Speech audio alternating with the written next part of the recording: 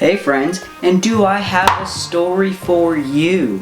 You see, this weekend... Fellas, I just became a priest. I'm gonna make levels for Nintendo. Now I can finally get a job. Little did I know the only thing I would be getting was mild disappointment. But then, June 28th, 2019 rolled around, and that means it was Constitution Day for Ukraine.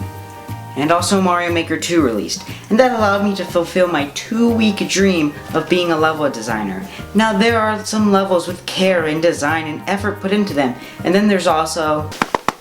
Now I didn't know what to do, so little old Jaron decided the best thing to do was to look at other levels. Wow, these are bad with a capital ad. So I started my campaign, and that's where we are now.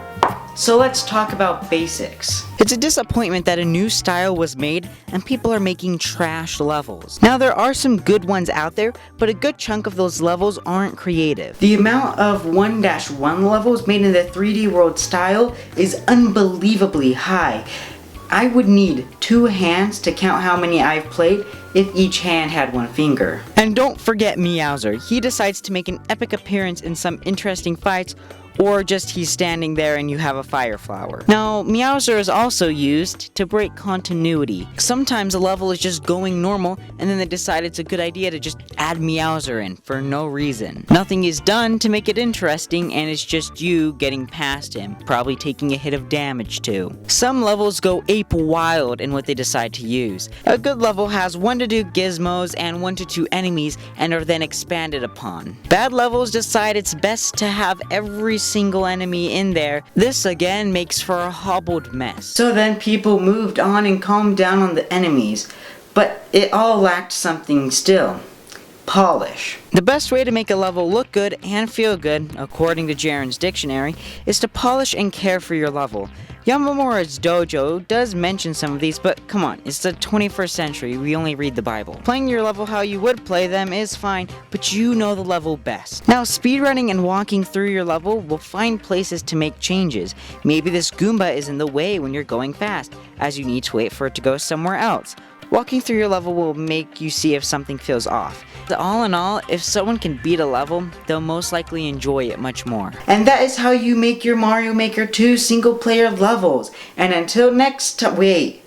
Silly old me almost forgot about multiplayer levels. For just casual multiplayer, any level is a-okay.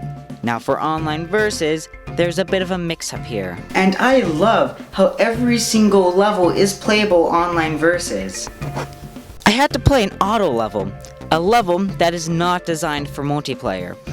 Making multiplayer levels is just a normal level, except the end. Now take the letters D and E in end to spell Ed, because this one is special. The end needs to have a difficult final challenge, but don't kill them. Getting through the beginning should be an advantage, as they have more time to try that final challenge, but if someone is skilled, they can come in and beat it 1 to 2 tries in a breeze. Now, as time progressed, people got phenomenal at making levels, and they were able to do so many creative things, and the game just got better.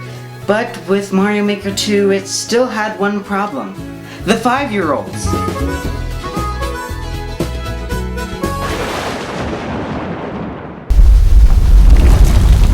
I didn't order an earthquake. You have disrupted me today. God? No, I'm your landlord, and I'm here to evict you. But I paid last year's rent already.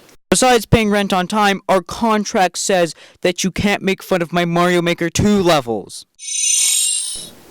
Well, hot dog, this is what poverty feels like.